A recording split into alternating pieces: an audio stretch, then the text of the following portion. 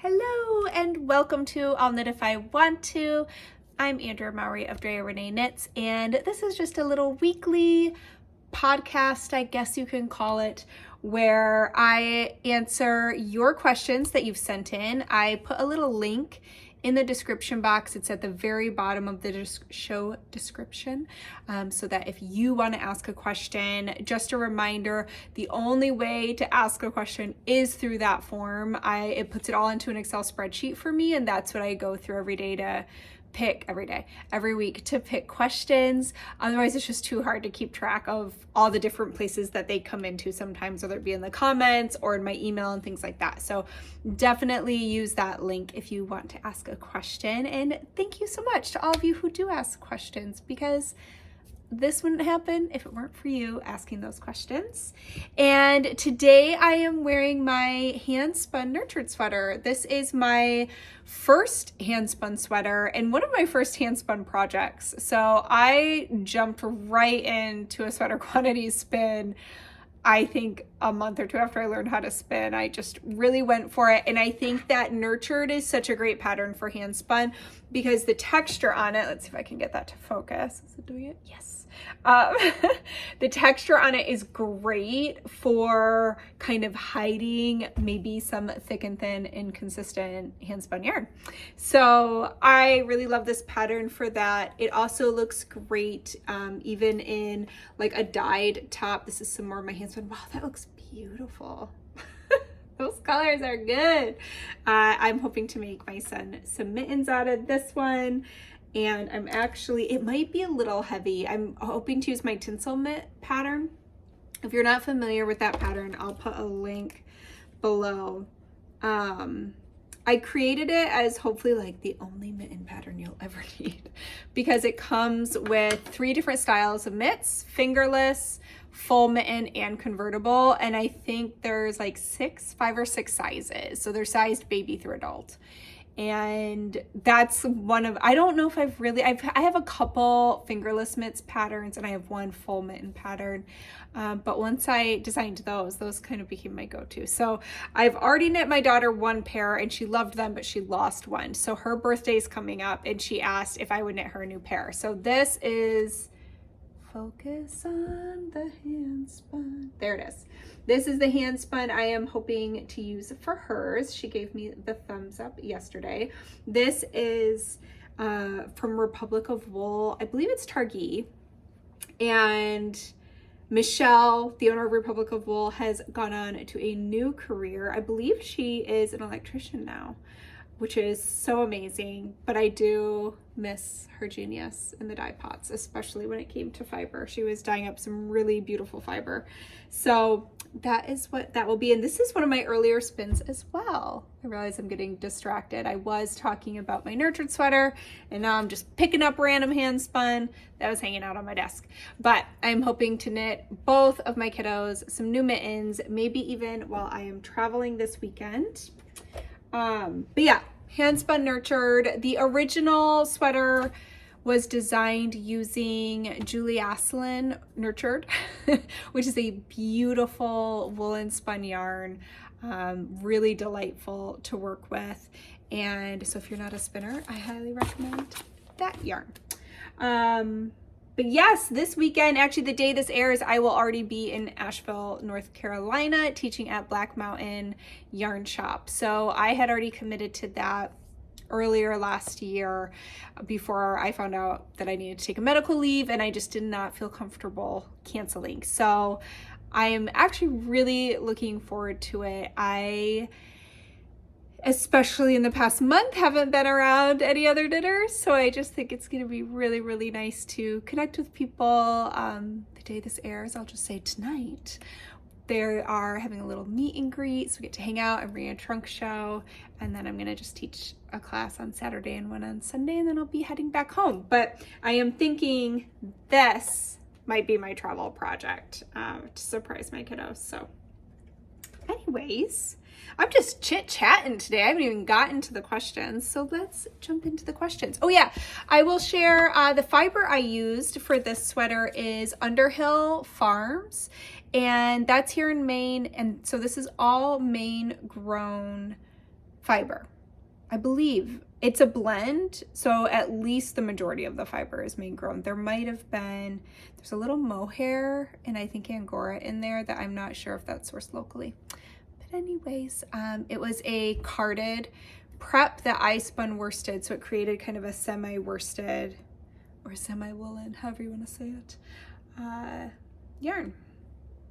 Anyways, I think that's not too shabby for first hand spun sweater project.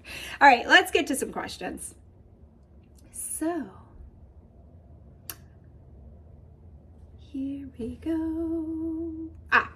I love your new Shiftigan cardigan. Thank you so much. And am hoping to make it for my daughter. I was wondering why you chose fingering weight yarns as possible substitutions for the sport weight Spincycle dyed in the wool. Could you elaborate on this? Per your recommendation, I just bought Clara Parke's The Knitter's Book of Yarn, but haven't gotten very far into it yet. Hoping to learn a little more about yarn structure and weights.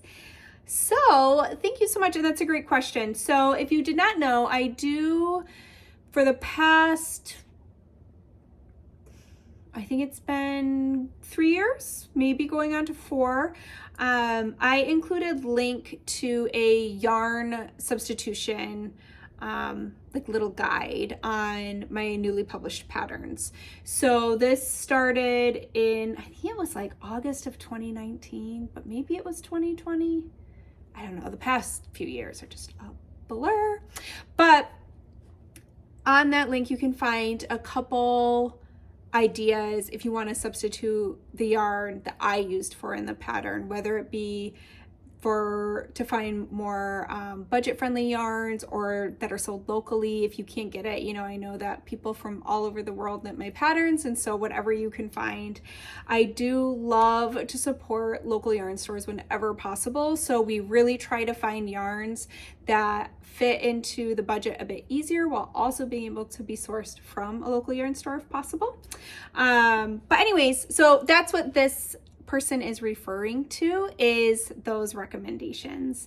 And so to the actual question, I'm just struggling to get my mouth and my brain to communicate.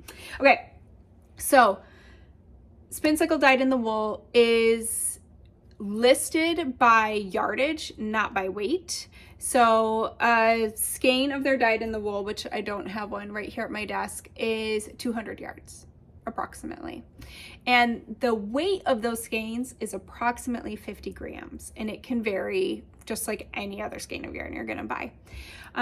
But if you actually look at that breakdown, 50 grams, 200 yards, a lot of fingering weight yards have that same yard per gram weight ratio. And so there are definitely some fingering weight yarns that can be substituted in for Spincycle. The thing about Spincycle, because they started as a hand spinnery, those little fluctuations in the way that we spin by hand instead of by machine allow a lot of yarns to really be pushed into different weight camps of yarn. So for instance, you could use Spincycle dyed in the wool in a fingering weight project, and like if let's say you're doing color work is what I'm talking about. So, and you're going to combine 2 yarns, let's say. So you have a fingering weight sweater that you're knitting and you want to use Spincycle for the color work. You would probably have 0 issue doing that with gauge. Let's say you want to do that with sport. It still works. And I've even seen people use it with DK weight yarn and it still works. So it's just one of those yarns that can bloom quite a bit, but sometimes you do still get thick and thin, even though they have their mill now and they are mill spun yarns instead of hand spun yarns. There can still be some thick and thin within those skeins. And so it really hovers. And I think the thing that I've learned through my time of knitting is yarn weight, and I'm talking about the categories: fingering, sport, lace, worsted, DK, etc. Obviously we use DK differently here in the States than in Europe, and I believe in Australia and New Zealand kind of have a different meaning of DK. Over there it's double knitting, and I don't totally understand it, to be honest, so I won't even go there because I don't want to say something that's not correct or true. But what I have found is that it's relative. to the company. So I will see fingering weight on a skein that weighs 100 grams and has 450 yards or 430 yards or 400 yards. I've even seen it on a skein that says 375 yards, you know, and so I really think that it varies by what that company decided the category of their yarn. And I also think it varies greatly on how that yarn is prepped and spun. So a worsted weight yarn is going to weigh a lot more. Well, maybe not a lot more. It's going to weigh more than a woolen spun yarn, because a woolen spun yarn has a core of air, basically. It has a lot more air in that fiber. And so I've noticed this, for instance, when I've designed with Brooklyn Tweed, which is a woolen spun yarn, and I will have testers use a worsted spun yarn instead of the woolen, and their yardage will be different because, and I shouldn't even say yardage, the weight of yarn needed will be different than what I needed for mine because those yarns were spun differently. So all that to say, it was a very long-winded answer. I hope it kind of makes sense, but it's just basically that all yarns are not made equally. And a lot of times yarns can kind of be pushed one way or the other. At the end of the day, what is important is that you're getting a fabric you like and that the gauge matches what you need in that pattern so that you can get the correct finished dimensions. Unless you love math and you don't mind a challenge, and then you can always modify to fit your gauge once you get the fabric you like, but that's a whole other story. So I hope that kind of helps. It's really just that, basically put really simply, dyed in the wool can be interchangeable, I feel, with fingering or sport weight yarns, and it swaps in really great. Like, I've knit my DRK everyday socks using dyed in the wool and it worked beautifully. I've also paired it with other sport weight yarns and it pairs beautifully. So I just think it can kind of hover that line. Woo! Okay. So I have decided, I had 2 questions on this, so I thought this was a good one to tackle. We've talked about it a little bit in the past, but sometimes it's always good to do a recap. And that is a good reminder for me to remind you. I have been seeing quite a few repeat questions of things we've covered in past episodes. So definitely make sure, if you're ever just hanging out and knitting, feel free to, I have all of these episodes on a playlist. You can just swap it in for your usual Netflix and knit, because a lot of them have been answered before, such as I've been getting the neckline question a lot. How can you change how big or small a neckline is? How can you reinforce a neckline? How can you keep a neckline from being too big, etc., etc.? I have talked about that a couple of times in past episodes. So feel free to browse the past videos. Okay, I have decided to undo a jumper I finished last year. This seems to be called frogging, although this amuses me and I don't know why it is called that. It's called that because you rip it, which is like ribbit, ribbit, and that turned into calling it frogging. So that's why it's called frogging. At least that's why I was told it's called frogging. Anyway, I am less amused about having to undo an entire jumper, but it needs to be done. I would be really grateful if you could talk us through how to approach this, particularly in relation to how to deal with a mountain of crinkly yarn before it gets all tangled. I don't have a niddy noddy, but saw a video where a lady uses her hand and her foot to wind the yarn around. This looked tricky. It sounds tricky. I would just feel too, with a lot of yarn, what if you get tired and you're trying to hold? You also kind of want to have something that holds an even tension while you're winding that yarn. And I feel like when you're just using your body parts, or maybe the body parts of somebody in your family saying, hey, can you do this while I wind the yarn? I could see getting just fatigued, and moving in a little, oops, and trying, so it's not staying even. But back to the question, as I am undoing, should I try to wind as I go or pile it all loose into a bag? Please don't pile it loosely into a bag. So the reason you don't want to pile it loosely into a bag, this immediately reminded me of the first time I ever bought a skein of yarn as opposed to a pre-balled ball of yarn.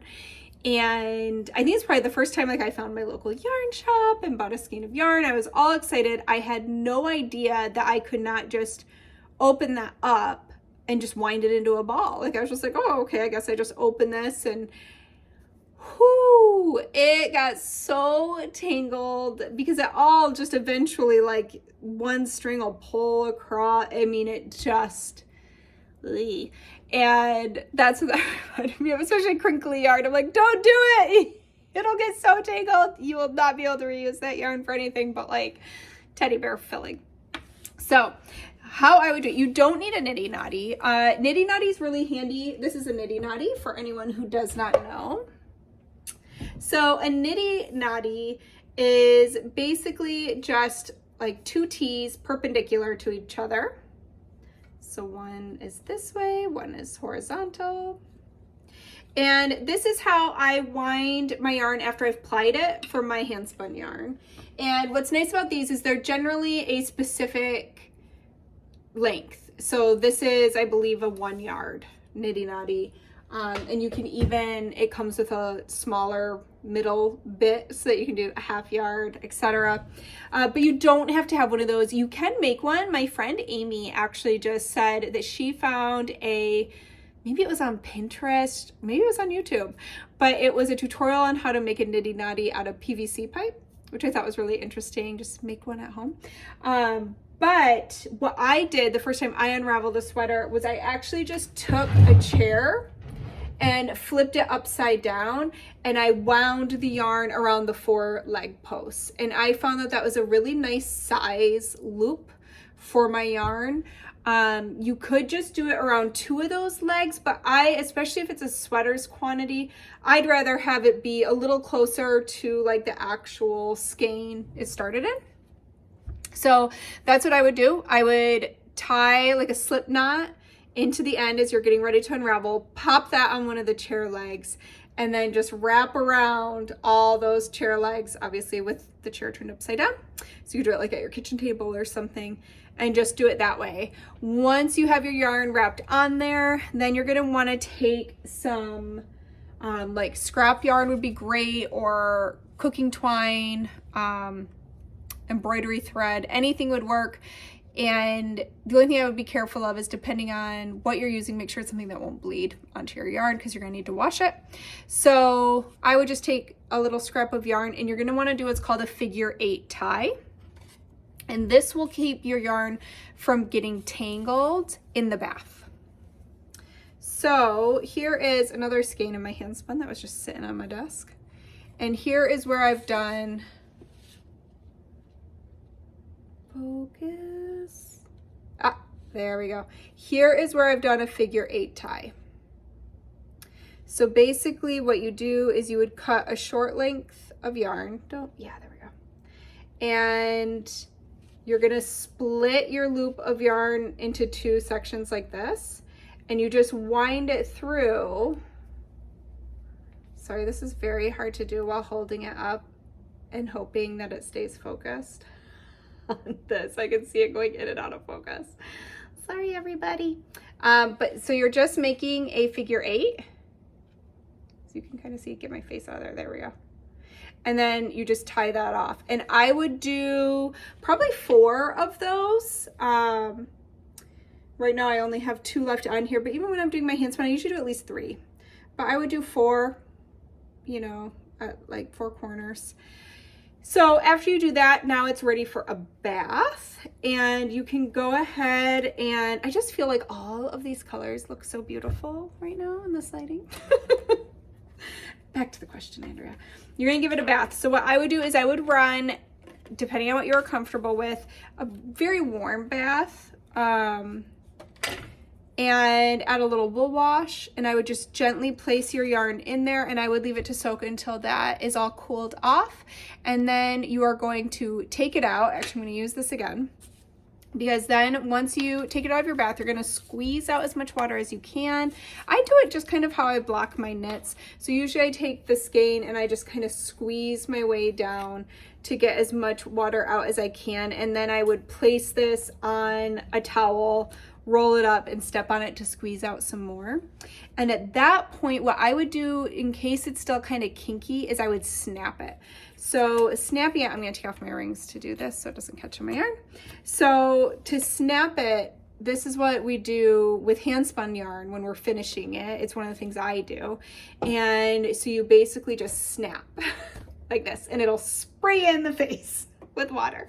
But you snap it, and that helps kind of get out any more of those kinks. And then I just hang it to dry. So I actually have a bar in my laundry room that I loop my yarn over. I also, once it's not dripping anymore, sometimes I bring it up here to my studio and I'll hang it on a hanger, and I hang it from my shelves over here because it's right in the airflow of my heater. So that kind of helps dry it a little quicker. But that's what I would do. That is how I would bring that yarn back to life. So there is my recommendation for you. And it might be tempting to keep it all in one giant skein that you can work from, and I have done that. I will say though, sometimes it's just so much easier to work with a more manageable size skein like this. But you do you, and that's how I would do it. I know there was somebody else who had the idea to unravel another sweater. So I had 2 of those questions this morning. So I hope that helps you both, and that is how I would do it. All right. I'm about to cast on ochre moss. With this pattern, I start knitting the sleeves from the bottom up. Because of sensory issues, I prefer shorter sleeves, usually 3/4 length. My question is, if I want to make sleeves shorter, how would I modify the pattern so that I start with the correct number of stitches for a shorter sleeve? What a fantastic question, because obviously if you're knitting from the top down, it's pretty easy to modify because you really just stop whenever you want to and start that little cuff. And even if you're like, oh, I want it a little smaller, you could do a round of decreases to get it how you like it. Going from the bottom up is a little bit trickier because you're like, oh, well, if I start with the same amount of cast on stitches, what fits me properly here on my wrist is going to be maybe too tight up here as a 3/4 length sleeve. So I just thought this was a fabulous question. So I actually pulled up that pattern. I should have pulled up a picture so I could show y'all. If you're not familiar with that pattern, maybe I'll link that one too. Because I don't have it up here. But it is knit from the bottom up, and you're going to start with those sleeves. So a couple important things. You need to make sure that you're still starting with a number of stitches divisible by 4, because you do start with a 2x2 ribbing on the cuff. And that shouldn't be a problem at all with what I'm going to tell you after that. But let's say that you want to remove maybe 4 inches to make it 3/4 length. I think that sweater might even be a little longer. So you would need to decide how much length you want to remove. And if you look at the sleeve directions, you do just an inch cuff, and then you go right into the stitch pattern, which is 6 rounds, and then you do your first decrease. So I'm saying all this to get to the decrease part. So it really depends on what size you're making, because that is going to determine how far apart your decreases are spaced. But I'm just going to start with the very first size because it's just a nice, neat number. Actually, maybe I'll just do the 1 inch. That's 1, 2, 3. I'm actually gonna do size 7 because it's just you do 1 inch of knitting in pattern between each decrease. So let's say you were knitting size 7 and you wanted to take off, let's say 5 inches. So 1 inch is gonna be your cuff. I'm just thinking. But that's going to go back.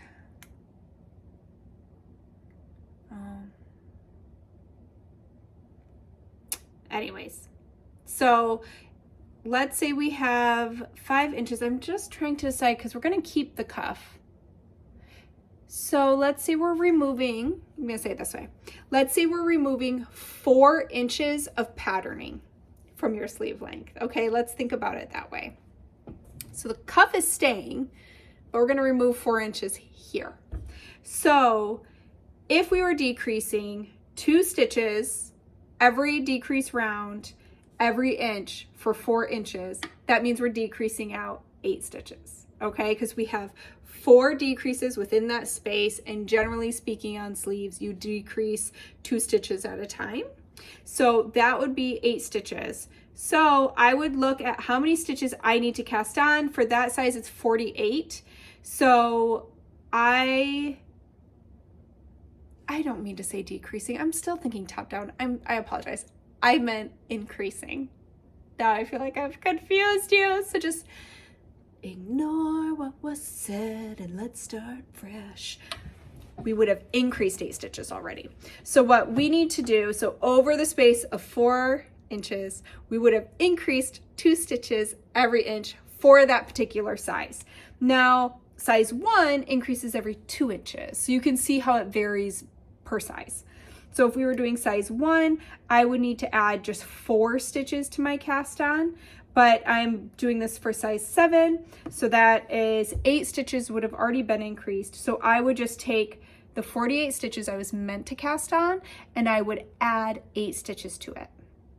So I would cast on that amount, I would work my 1 inch of cuff, and then I would just follow the pattern as written, knowing I've already done the first 4 increases, because then it'll tell you that you're gonna do that increase for that particular size is 13 times. So you've already done the first 4. So now you know, okay, I just increased 9 more times. So I hope that makes sense. Sorry for the decrease confusion, but that is how I would do that. So I hope that clarifies that for you. All right, I have to get back to my questions. There we go.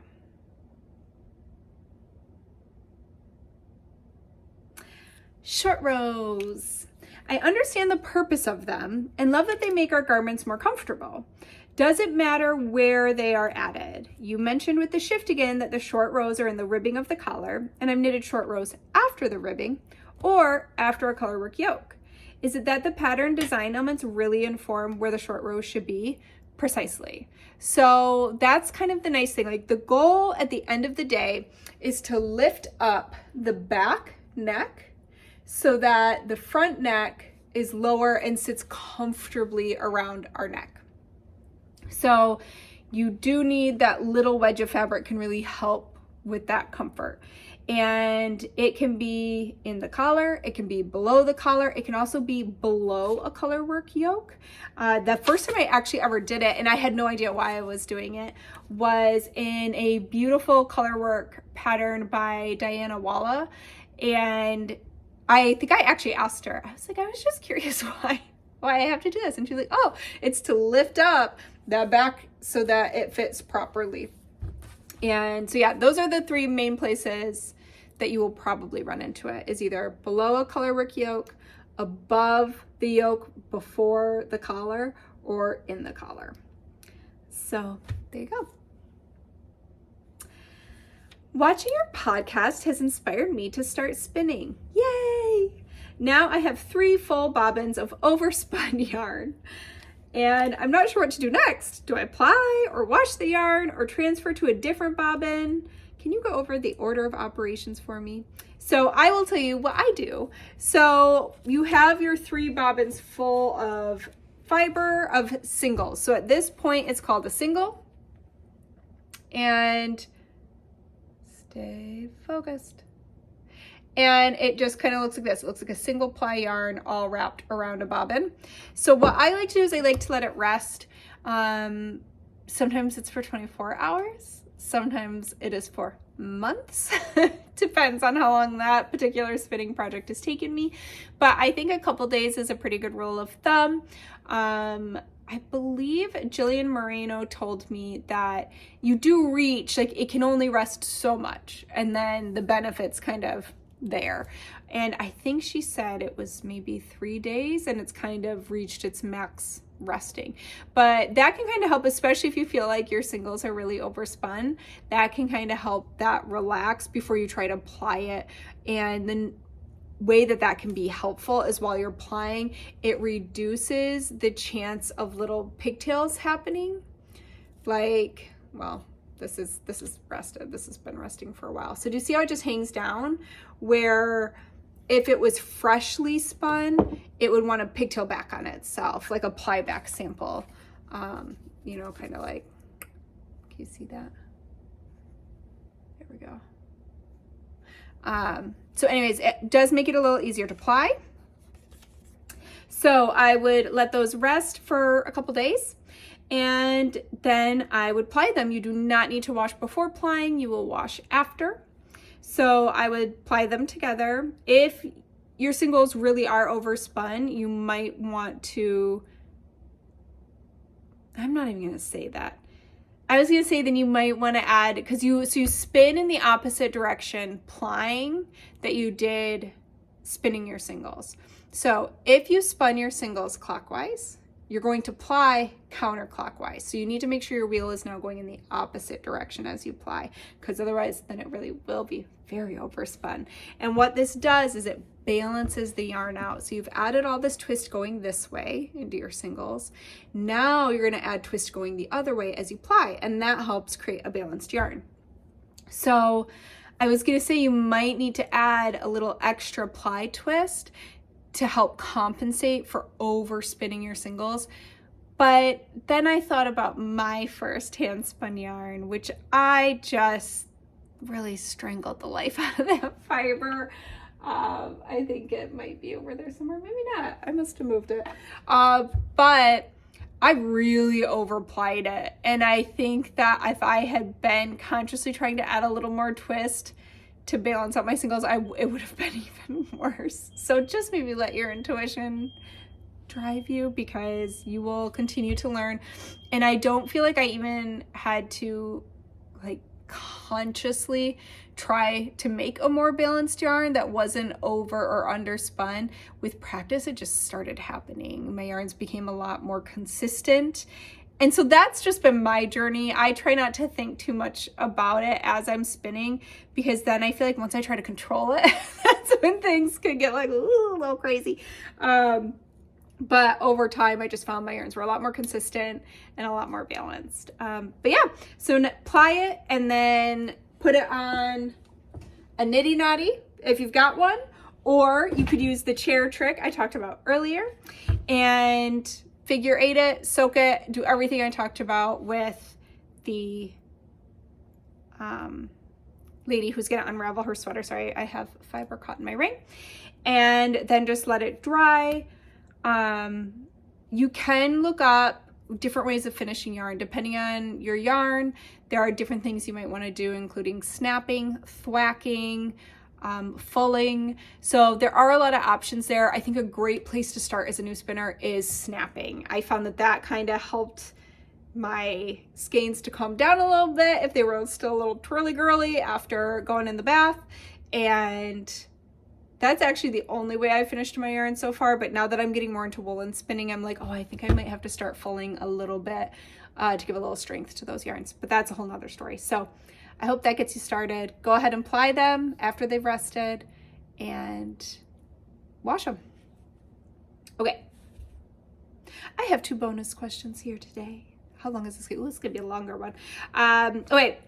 Hi, Andrea. In your last episode, you had a small scale on your desk that you moved to your other desk at the beginning. Is that scale for measuring yarn? Can you give me information so I can find one? Looks like a perfect size for measuring a skein of yarn. Yes, this is the scale I have used for like at least 8 years in my studio whenever I've been knitting, and I highly recommend it. It's just a kitchen scale. This one is Mira brand. I did try to find a link. Back in the day, I got this on Amazon. They don't have this one anymore from what I could find. But even the other day, we were actually traveling this past year and I was working on a deadline, and it involved a lot of different colors of yarn, and I had to track pretty carefully the weight of everything. And so I ended up having to pick up one while we were traveling, and I think I got it from Target for like $15. So any digital food scale should work great. I do love this brand. Again, I actually have another one in my kitchen. I use a scale while cooking, and I have found that they have just lasted for ages. I've been really happy with them, but I think you can really find decent food scales around $15 you might even be able to find them at a grocery store, but otherwise, like, Target is a great place to find one.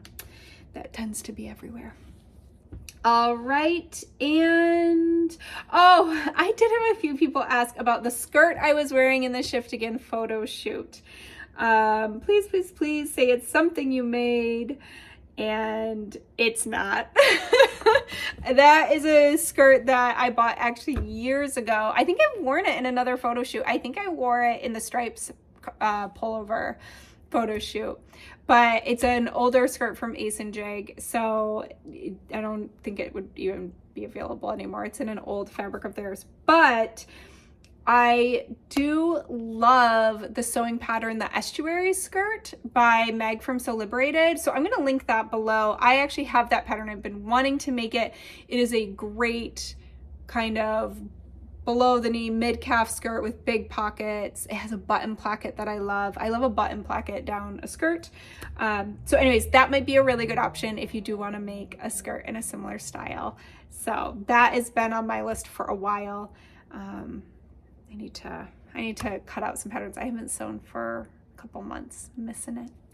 All right, I think that is everything. I hope that y'all have a great weekend. I am super excited to spend mine amongst other knitters, and I hope to see you back here next week answering some more of your questions. Bye.